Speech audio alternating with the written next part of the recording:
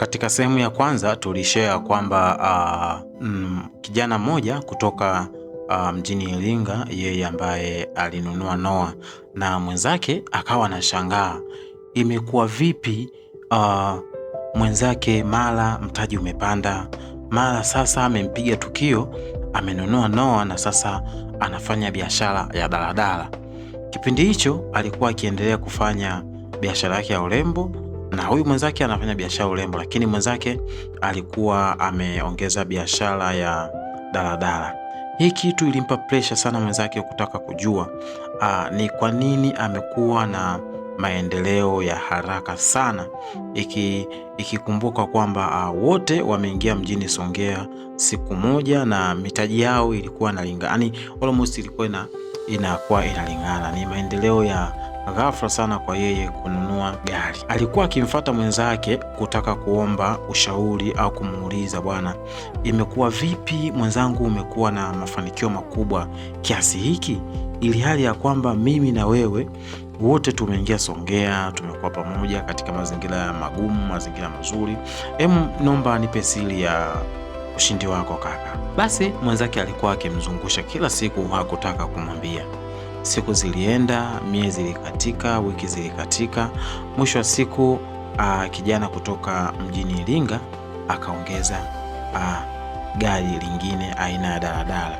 Hapa sasa alileta daladala mpya kabisa kwa ajili ya safari. Hapa sasa kijana kutoka Dodoma kichwa kiliwaka moto. Imekuwa vipi, inakuwa vipi mwenzake anamzidi kipato?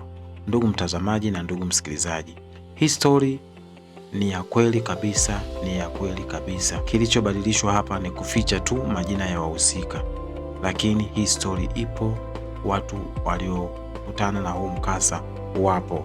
Ukiwa ndani ya hii story utajua mwanzo mpaka mwisho nini kilitokea. Basi katika kutafuta maisha basi kijana kutoka Njombe au kutoka Dodoma siku hiyo aliamua kufunga safari asubuhi kwenda kwa rafiki yake wa kutoka Iringa nyumbani kwake, ambapo sasa alishangazwa alipofika pale mahali amepanga kuambiwa kwamba hayupo. Maana hiyo alikuwa amekaa sehemu nyingine. Baada ya kumpigia simu, maana alikuwa ameenda bila kumtaarifu. Alipompigia simu akaelekezwa aelekee wapi. Basi alienda. Unaweza kuniuliza ni kwa nini hakujua kwamba mwenzake anakaa wapi wakati huo? Ni hivi, muda ulipita na kila moja ni kama vile unajua urafiki wa muda mrefu sometimes mnakuwa kama kila mmoja anafanya mitikasi yake. Kwa hiyo ndio ilikuwa hivyo.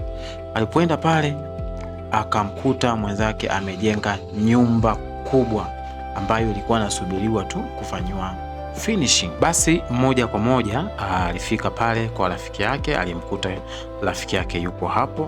Basi akamfuata akamwambia, ndugu yangu, mimi leo nipo serious kabisa, nimekuja kwako, ninaomba unielekeze ni jinsi gani mwenzangu umepata utajiri, ni jinsi gani mwenzangu umeweza kubadilisha maisha yangu.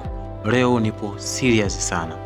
Ulikuwa na biashara, tulikuwa na biashara sawa, wewe mwisho wa siku biashara yako ikawa kubwa. Basi kijana akamwambia, tafadhali naomba niambie wewe utajiri wako unaupatia wapi na ni kivipi umekuwa tajiri?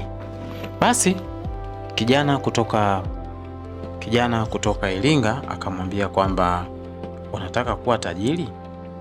Kijana kutoka Dodoma akasema, ndio, ninahitaji kuwa tajiri. Mimi ninaona jinsi wewe unavyopata raha, yani maisha yako kiujumla yamebadilika sana. Kwa hiyo naomba na mimi uniambie mbinu ulizotumia mpaka umeweza kuwa tajiri rafiki yangu. Basi kijana kutoka Iringa akamkaribisha kijana mwenzake ndani, maana alimkuta yupo nje anapiga mswaki. Kijana kutoka Dodoma alikuwa amewahi sana kwenda kwa nyumbani kwa rafiki yake ile siku.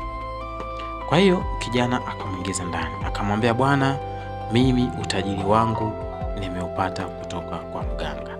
Vipi, unaweza? Kijana kutoka Dodoma akasema, kama utajiri huu ambao uko nao wewe umeupata huko, basi na mimi niko tayari kuupata, kwa sababu sioni shida yeyote ambayo wewe unaipitia dhidi ya raha. Unaamka muda unaotaka wewe, magari yako yanakuletea pesa kila siku, saizi una nyumba, saizi una duka. Kwa hiyo mimi naomba nielekeze na mimi niende. Jamaa alimuuliza zaidi ya mara 3 kwamba anaweza masharti ya kuweza kumiliki pesa kutoka kwa mganga. Je, unadhani nini kinaendelea? Au je, kijana kutoka Dodoma aliweza au ataweza kufuata masharti kutoka kwa mganga? Basi usisahau kusubscribe, kulike na pia kucomment ili tuweze kuendelea kutoa story kama hizi, na story hii tuifikishe mwisho. Please subscribe, share, comment. Hii ni kwa wote, na hii story sio ya kutu